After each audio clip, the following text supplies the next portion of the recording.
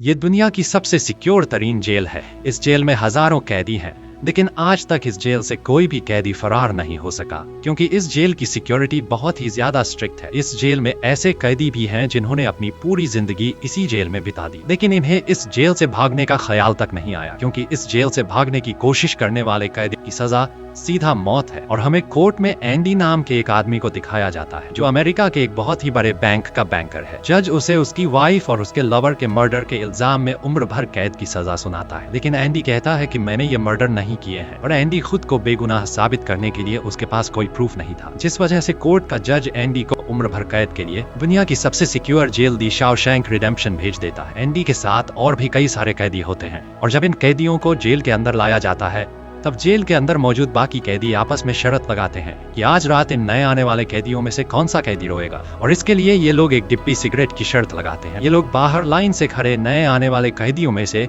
एक एक कैदी को चुन लेते हैं। तब रेड नाम का एक कैदी एंडी पर दाम लगाता है, क्योंकि उसे लगता है कि एंडी बहुत ही मासूम है और वह बहुत ही अमीर घर का है, जिसने कभी तकलीफ नहीं झेली, इसलिए उसे लगता है कि वो आज रात सबसे पहले रोएगा। इसके बाद सभी कैदियों को लाइन से जेल के अंदर लाया जाता है, और हर एक कैदी को उसके सेल में बंद कर दिया जाता है। कुछ देर बाद रात हो जाती है, और तब पुराने कैदी नए आने वाले कैदियों पर चिल्लाने लगते हैं, ताकि उनमें से कोई डर जाए और रोने लगे। और ऐसा ही होता है। इन नए आने वाले कैदियों में से एक कैदी फूट फूट कर रोने लगता है और कहता है कि मुझे घर जाना है। तब वहाँ गार्ड आते हैं और उसे रोने से मना करते हैं, लेकिन जब वो आदमी रोना बंद नहीं करता, तब गार्ड उसे सेल से बाहर निकालकर इतना पीटते हैं कि वह बेहोश हो जाता है। दूसरी तरफ रेड एंडी पर लगाया हुआ दांव हार जाता है, और रेड समझ जाता है कि एंडी बहुत ही स्ट्रांग है, क्योंकि इतना डराने के बावजूद उसने एक आवाज तक नहीं की। इसीलिए अगले दिन रेड अपने साथी को सिगरेट का एक डिब्बा दे देता है, क्योंकि रेड एंडी पर लगाया हुआ दांव हार चुका था। सीधा रेड के पास पहुंच जाता है और रेड से कहता है कि मैंने सुना है तुम बाहर से किसी भी चीज को अंदर मंगवा सकते हो। तब रेड कहता है, हाँ मैं मंगवा सकता हूँ, लेकिन ऐसी चीज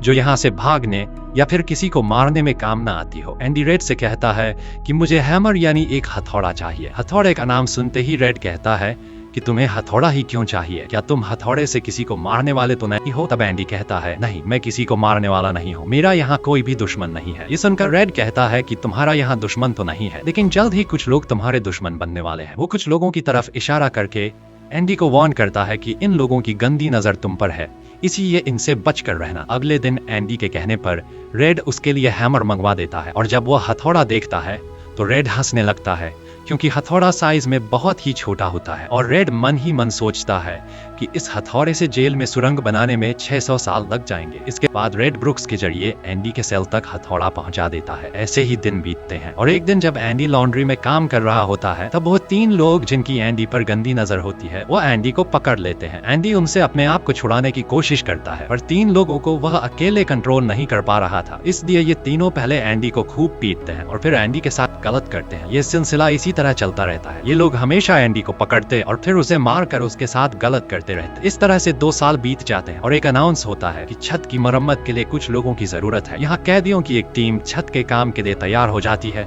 जिसमें रेड और एंडी भी शामिल होते हैं। ये लोग सब अपने काम पर लग जाते हैं, और छत पर उनकी देखभाल की जिम्मेदारी एक बहुत ही सख्त सिक्योरिटी गार्ड की होती है, जिसका नाम हैडली है। हैडली बहुत ही स्ट्रिक्ट इंसान है, जो जरा सी गलती पर कैदियों को बहुत बुरी तरह पीटता है। जब सभी कैदी छत पर काम कर रहे होते हैं, तब हैडली थोड़ा परेशान होता है और अपने साथियों से कहता है कि मेरे भाई की हाल ही में मौत हुई है, जिसके अकाउंट में $30,000 पड़े हैं। अब मेरे भाई का मेरे अलावा इस दुनिया में और कोई नहीं है, इसलिए उसके पैसे पर मेरा हक बनता है।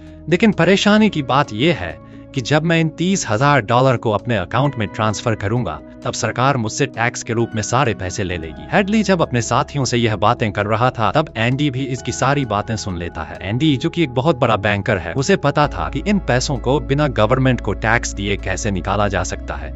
इसके बाद एंडी बिना सोचे हैडली के पास जाता है और उससे कहता है कि क्या तुम अपनी बीवी पर भरोसा करते हो? ये बात सुनते ही हैडली को गुस्सा आ जाता है, और वह एंडी को पकड़कर छत के किनारे ले जाता है। लेकिन उसे नीचे फेंकने से पहले एंडी उसे बताता है, अगर तुम अपनी बीवी पर भरोसा करते हो कि वह तुम्हें धोखा नहीं देगी, तो तुम आसानी से अपने भाई के पैसे अपनी वाइफ के अकाउंट में ट्रांसफर कर सकते हो, वह भी बिना टैक्स दिए, क्योंकि गवर्नमेंट का एक रूल है कि कोई भी इंसान अपनी पत्नी को पूरे जीवन में $60,000 तक गिफ्ट कर सकता है और इन पैसों पर कोई टैक्स नहीं लगता। और एंडी ये भी कहता है कि अगर तुम बाहर से किसी लॉयर को रखोगे तो वह तुमसे बहुत ज्यादा पैसे चार्ज करेगा, लेकिन मैं ये काम तुम्हारे लिए फ्री में कर सकता हूँ। तब हैडली पूछता है, बदले में तुम्हें क्या चाहिए? इस पर एंडी मुस्कुराते हुए कहता है, मुझे कुछ नहीं चाहिए, जब तुम्हारा काम हो जाए तुम बस मेरे सारे दोस्तों को बियर पिला देना। और अगले दिन सभी कैदी छत पर बैठकर बियर का मजा ले रहे होते हैं। यानी एंडी ने हैडली का काम कर दिया था, लेकिन एंडी बियर नहीं पीता। वह एक कोने में बैठकर सभी को बियर पीते देखकर खुश होता है। एंडी के साथी भी उससे बहुत खुश होते हैं, क्योंकि जेल में बियर पीना ऑलमोस्ट इम्पॉसिबल था। कुछ दिन बाद जेल में सभी कैदियों को फिल्म दिखाई जाती है और सभी लोग रीटा हेवर्थ की फिल्म देख रहे होते हैं। तब एंडी रेड के पास आकर कहता है, मुझे रीटा हेवर्थ का एक बड़ा पोस्टर चाहिए। एंडी बाहर निकलता है, लेकिन जैसे ही वह बाहर आता है वहाँ वही 3 लोग खड़े होते हैं जो एंडी के साथ गलत करते थे। वह एंडी से कहते हैं, चलो हमारे साथ, लेकिन इस बार एंडी मना कर देता है। एंडी के मना करने पर वो लोग उसे पकड़ लेते हैं और उसके साथ जबरदस्ती करने की कोशिश करते हैं, लेकिन एंडी भी उनका मुकाबला करता है। पर वो लोग 3 होते हैं, जिस वजह से वो एंडी को बहुत ही बुरी तरह से पीटते हैं। पर आज ये लोग एंडी के साथ कुछ कर नहीं पाते, लेकिन एंडी को ये लोग इतना मारते हैं कि एंडी 1 महीने के लिए अस्पताल में चला जाता है। और साथ ही वो आदमी जिसने एंडी को मारा होता है उसे 1 हफ्ते के लिए काल कोठरी में डाल दिया जाता है। 1 हफ्ते बाद जब वो वापस अपने सेल में आता है तो वहाँ पर वही ऑफिसर होता है जिसका एंडी ने $30,000 का टैक्स बचाया था। और इस ऑफिसर को किसी ने बता दिया था कि एंडी को इस आदमी ने इतना मारा है कि वो बेचारा 1 महीने के लिए अस्पताल में चला गया है। अब यहाँ वो ऑफिसर उस आदमी को इतनी बुरी तरह से मारता है कि वो हमेशा के लिए पैरालाइज हो जाता है। 1 महीने बाद जब अस्पताल से एंडी वापस अपने सेल में आता है तब उसे अपने सेल में रीटा हेवर्थ का एक बड़ा पोस्टर मिलता है, जो कि असल में एक वेलकम गिफ्ट होता है रेड की तरफ से। इस तरह से दिन गुजरते हैं और एक दिन जेल का वार्डन सिक्योरिटी गार्ड के साथ एंडी के सेल में आता है और उसके सेल की तलाशी करवाता है। सेल की चेकिंग लेने के बाद जब वार्डन को कुछ नहीं मिलता तब वार्डन की नजर सामने लगे पोस्टर पर पड़ती है। वार्डन कहता है कि वैसे तो मैं सेल में पोस्टर अलाउ नहीं करता, पर तुम इसे अपने सेल में लगा सकते हो। दरअसल तलाशी तो एक बहाना होता है। वार्डन को इस ऑफिसर ने बताया था कि किस तरह से एंडी ने उसका $30,000 का टैक्स बचाया, इसीलिए वार्डन अपने फायदे के लिए एंडी से मिलना चाहता था। एंडी के हाथ में बाइबल होती है जिसे वह ले लेता है और बाइबल को लेकर वह यहाँ से निकल जाता है। और कुछ ही दूर जाने के बाद वह वापस लौट कर आता है और उसके हाथ में जो एंडी की बाइबल होती है वह उसे लौटाते हुए कहता है कि मुक्ति इसी में है। अगले दिन वार्डन एंडी को अपने ऑफिस में बुलाता है और कहता है कि तुम्हारे जैसे इंटेलिजेंट आदमी को जेल की सलाखों के पीछे नहीं रहना चाहिए। इसलिए वार्डन एंडी को लाइब्रेरी का असिस्टेंट बना देता है। लाइब्रेरी में वही बुक्स नाम का बूढ़ा आदमी होता है जो कई सालों से लाइब्रेरी संभाल रहा है। जैसे जैसे साल बीतते हैं एंडी के पास काम बढ़ता चला जाता है, जिस वजह से एंडी को अपने पास एक असिस्टेंट की जरूरत पड़ती है और वो अपना असिस्टेंट अपने सबसे अच्छे दोस्त रेड को बनाता है। एक दिन लाइब्रेरी में ब्रुक्स एक कैदी के गले पर चाकू रख देता है और वो उसे बिना वजह मारने की धमकी देता है। असल में सरकार ने उसकी सजा माफ कर दी है, पर वो इस जेल को छोड़कर नहीं जाना चाहता। आज उसे इस जेल में पूरे 50 साल हो चुके हैं। एंडी के समझाने पर ब्रुक्स उस आदमी को जिसकी गर्दन पर उसने चाकू रखा था छोड़ देता है। अब न चाहते हुए भी ब्रुक्स जब जेल से छूटने के बाद बाहर आता है तो उसे बाहर की दुनिया बहुत अजीब लगती है। 50 सालों में बाहर की दुनिया की रफ्तार काफी ज्यादा बढ़ गई होती है और इस भीड़ भाड़ वाली तेज रफ्तार वाली जिंदगी में ब्रुक्स सरवाइव नहीं कर पाता और अपनी जान दे देता है। मरने से पहले वो जेल में अपने साथियों के नाम एक खत लिखता है जिसे पढ़ते हुए सभी बहुत ज्यादा इमोशनल हो जाते हैं। वहीं हमें जेल दिखाई जाती है जहां पर वार्डन एक नया प्रोग्राम शुरू करता है। इस प्रोग्राम में जेल की कैदियों को बाहर ले जाकर काम करवाया जाएगा ताकि उन्हें पता चल सके कि मेहनत से पैसे कैसे कमाए जाते हैं। और कैदी भी इस काम के लिए मान जाते हैं क्योंकि वह सब भी बाहर की हवा खाना चाहते थे और इस तरह से वार्डन इन कैदियों से काम लेता है। पर इस प्रोजेक्ट के जरिए वार्डन को बहुत सारे कॉन्ट्रैक्ट मिल जाते हैं क्योंकि जेल के कैदियों की लेबर बहुत सस्ती होती है और जो बाहर की लोकल कंस्ट्रक्शन लेबर की टीम होती है उन्हें कहीं पर भी काम नहीं मिलता क्योंकि वार्डन उनका काम आधी कीमत पर अपने कैदियों से करवाता है। और वार्डन आधी कीमत पर काम इसलिए करता है क्योंकि कैदी कोई लेबर तो थे नहीं जिनको वार्डन दिहाड़ी दे पाता। इसलिए वार्डन फ्री में कैदियों से काम करवाकर बहुत सारा पैसा कमाने लगता है और उसका यह पैसा ब्लैक का होता है। लेकिन एंडी एक बैंकर होने की वजह से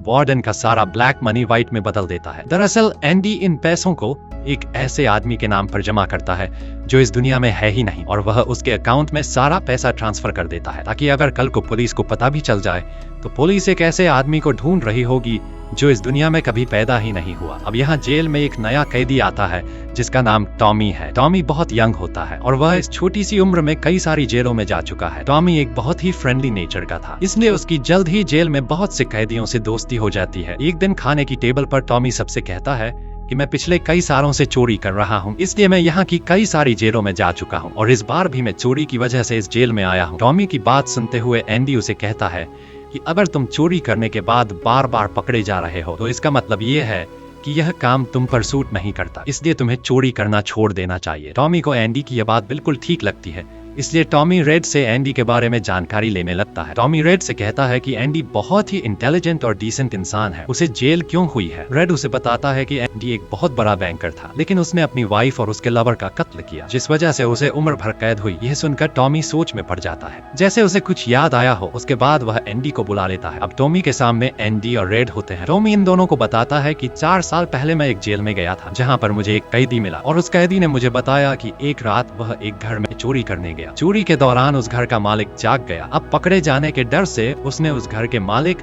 और उसकी पत्नी को मार डाला। बाद में उसे पता चला कि वो दोनों पति पत्नी नहीं थे बल्कि लवर थे और वो औरत एक बहुत बड़े बैंकर की पत्नी थी। कुछ समय बाद जब मैंने अखबार में न्यूज पढ़ी तो मुझे पता चला कि पुलिस ने जब इन 2 मर्डर्स के बारे में जांच की तो पुलिस को शक हुआ कि इन दोनों को बैंकर ने मारा है, इसलिए बैंकर को उसकी पत्नी और उसकी पत्नी के लवर के हत्या के इल्जाम में गिरफ्तार कर लिया गया। यहाँ हमें पता चलता है कि एंडी बेगुनाह था। ये सब जानने के बाद एंडी वार्डन के पास जाता है और उससे ये सारी बातें बताता है, पर वार्डन जानबूझकर उसकी बातों पर विश्वास नहीं करता, क्योंकि एंडी वह इंसान है जो उसके काले पैसों को व्हाइट में बदलता है और वार्डन के सारे राज जानता है। इसलिए अगर एंडी यहाँ से चला गया तो वार्डन न तो और पैसे कमा पाएगा और शायद उसके ब्लैक पैसों का राज भी खुल जाएगा। इसलिए वह एंडी से कहता है कि यह एक झूठी कहानी है, मुझे ऐसी कहानियां रोज सुनने को मिलती हैं। एंडी वार्डन से वादा करता है कि अगर मैं आजाद भी हो गया तो मैं तुम्हारा राज ही रखूंगा, लेकिन वार्डन एंडी की कोई भी बात नहीं सुनता। यह देखकर एंडी को बहुत गुस्सा आता है कि मैंने इस आदमी की इतनी मदद की, लेकिन आज बेगुनाह होने के बावजूद भी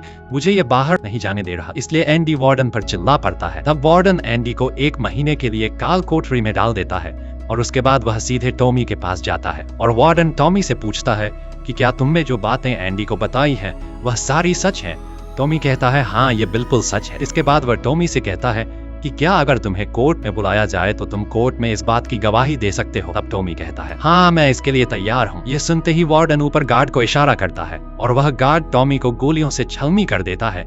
इसके बाद वार्डन एंडी के पास जाता है और उसे कहता है कि टॉमी ने भागने की कोशिश की थी, इसलिए उसे गोली मार दी गई। लेकिन एंडी समझ जाता है कि टॉमी को क्यों मारा गया और एंडी मन ही मन सोचता है कि वार्डन बहुत ही घटिया इंसान है। एंडी वार्डन से कहता है कि आज के बाद मैं तुम्हारा काम कभी नहीं करूंगा। तब वार्डन कहता है कि मेरा काम तो तुम्हें ही करना पड़ेगा, वरना मैं यह जेल तुम्हारे लिए नरक बना दूंगा। और जाते हुए वार्डन सिक्योरिटी गार्ड से कहता है कि उसे 1 और महीने के लिए काल कोठरी में रखा होता है। अब काल कोठरी में पूरे 2 महीने गुजारने के बाद जब एंडी बाहर आता है तो रेड उसके पास आता है। एंडी रेड से पूछता है कि क्या तुम कभी इस जेल से बाहर निकल पाओगे। रेड कहता है हाँ, लेकिन तब जब मैं बहुत बूढ़ा हो गया होऊंगा और मेरा दिमाग काम करना बंद कर देगा। एंडी कहता है कि मैं यहाँ से निकलकर मेक्सिको जाऊंगा। मेक्सिको में समुद्र किनारे एक बहुत खूबसूरत जगह है। कहा जाता है कि इंसान अपने आप को वहाँ खो देता है। मैं वहाँ अपना एक रेस्टोरेंट खोलूंगा, समुद्र किनारे अपनी नाव की रिपेयर करूंगा और वहाँ मुझे एक जोगारी आदमी की जरूरत पड़ेगी जो मेरे लिए बाहर से सामान लाया करेगा। असल में वह रेड की तरफ इशारा कर रहा था। रेड ये सुनकर कहता है कि उम्मीद बहुत खतरनाक चीज होती है,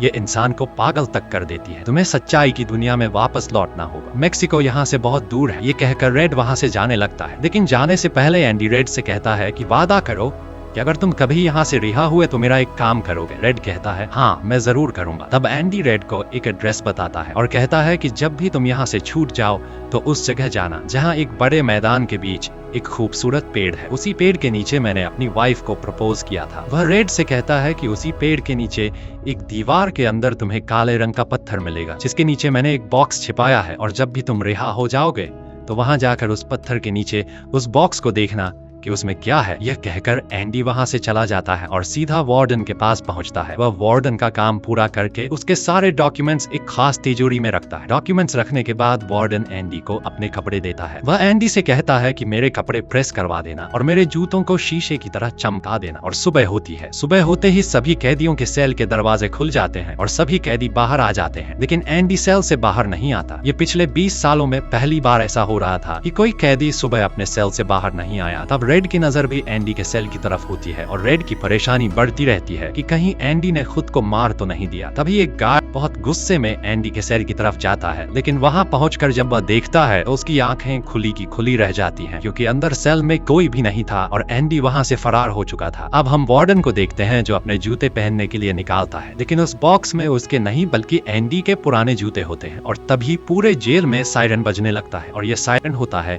किसी कैदी के भागने का। वार्डन तेजी से एंडी के सेल में जाता है और वहां वह देखता है कि एंडी नहीं है। इसके बाद वह सिक्योरिटी गार्ड से कहता है कि जाओ और रेड को बुलाकर लाओ, क्योंकि वह हमेशा एंडी के साथ रहता था। यहाँ पर रेड को भी बुलाया जाता है। वार्डन रेड से पूछता है कि यह एंडी कहाँ है। रेड कहता है कि मुझे क्या पता। इस बात पर वार्डन को बहुत गुस्सा आता है। वह कहता है क्या वह कोई भूत था जो रातों रात यहाँ से गायब हो गया। गुस्से में वार्डन वहाँ पर एक पत्थर उठाता है और उनसे गार्ड्स और रेड को मारने लगता है। और एक पत्थर वह उस पोस्टर पर भी मारता है जो दीवार पर लगा होता है, पर पत्थर टकरा कर नीचे नहीं गिरता बल्कि पोस्टर के आर पार हो जाता है। और जब वार्डन उसके अंदर हाथ डालता है तो देखता है कि एंडी ने वहाँ एक बहुत बड़ी सुरंग बना रखी थी, जिसे देखकर सब हैरान हो जाते हैं, क्योंकि यह दीवार बहुत मजबूत होती है। बिना मशीन के इस दीवार में सुरंग बनाना लगभग नामुमकिन था, पर एंडी ने नामुमकिन को मुमकिन कर दिखाया और यहाँ से फरार हो गया। इसके बाद सभी गार्ड्स वहाँ जाते हैं जहाँ से एंडी बाहर निकला था। वहाँ उन्हें एंडी के पुराने कपड़े और वह हथौड़ी मिलती है जो आज से 20 साल पहले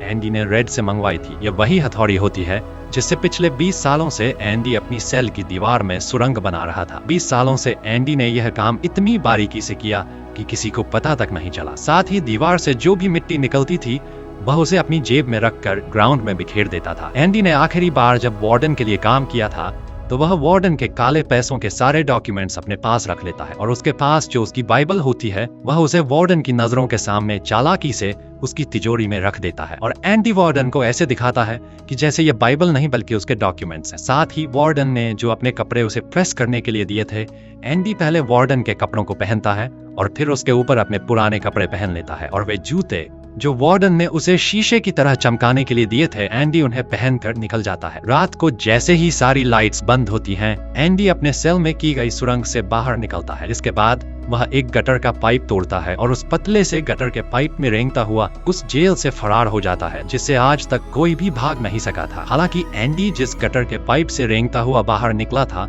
वह लगभग 2 किलोमीटर लंबा था। अगली सुबह एंडी उस बैंक में जाता है जहां पर वार्डन का सारा ब्लैक पैसा होता है। ये पैसे एक ऐसे आदमी के नाम पर होते हैं जो इस दुनिया में है ही नहीं। ये सारा डॉक्यूमेंट्स का खेल एंडी ने ही तो बनाया था और बैंक में उस अकाउंट के ओनर का जो सिग्नेचर था वह जेल से एंडी किया करता था। इसलिए एंडी को वार्डन का सारा पैसा निकालने में कोई मुश्किल नहीं होती। एंडी के पास उस आदमी के नाम के सारे डॉक्यूमेंट्स होते हैं, इसलिए एंडी बैंक्स में जाकर सारे पैसे निकाल लेता है और ये पैसे होते हैं $3,70,000। यानी कि एंडी न केवल आजाद हुआ बल्कि वह पैसों से माला माल भी हुआ। और यहाँ हमें पता चलता है कि एंडी जिस दिन से उस जेल में एंटर हुआ था उसी दिन से वह इस काम की प्लानिंग कर रहा था। वार्डन ने एंडी के साथ जेल में बहुत बुरा सलूक किया था और उसने टॉमी को भी मार दिया था, इसलिए वह वार्डन के काले पैसों के सबूत मीडिया को देता है। अगली सुबह यह खबर न्यूज़पेपर में छप जाती है और जब वार्डन तिजोरी खोलकर देखता है तो उसमें उसके डॉक्यूमेंट्स नहीं बल्कि बाइबल होती है। बाइबल के पहले पेज पर एंडी ने लिखा होता है कि तुमने सही कहा था, मुक्ति इसी में है। और जब वार्डन पेज पलटता है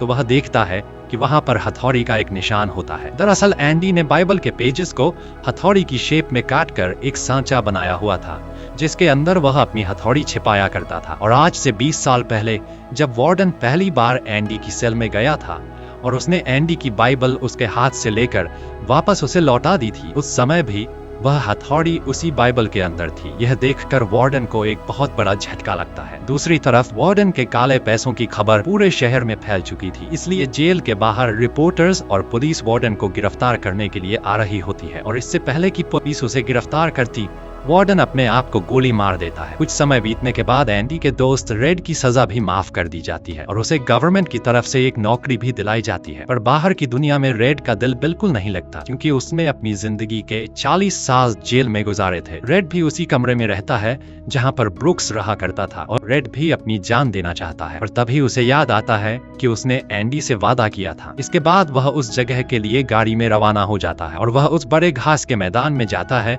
जहाँ पर एक बहुत बड़ा पेड़ होता है। साथ ही पत्थरों की दीवार भी होती है। उस दीवार पर एक काले रंग का पत्थर होता है और जब वह उस पत्थर को उठाता है तो उसके नीचे एक बॉक्स होता है। उस बॉक्स के अंदर कुछ पैसे और एक लेटर होता है। ये लेटर एंडी का होता है। उस लेटर में लिखा होता है कि एंडी रेड का उसी जगह पर इंतजार कर रहा है जिस जगह के बारे में एंडी ने रेड को जेल में बताया था। उसके आगे एंडी ने लिखा होता है कि उम्मीद अच्छी चीज होती है। इसके बाद रेड उस जगह पहुंच जाता है और जब वह समुद्र किनारे जाता है तो वो देखता है कि एंडी नाव में बैठकर अपनी नाव ठीक कर रहा है। यह जगह, यह सब कुछ एंडी का वह सपना होता है जो उसने जेल में रेड से शेयर किया था और रेड ने कहा था कि उम्मीद अच्छी नहीं होती। इसके बाद यह दोनों एक दूसरे को गले लगाते हैं और इसी के साथ ये कहानी खत्म हो जाती है।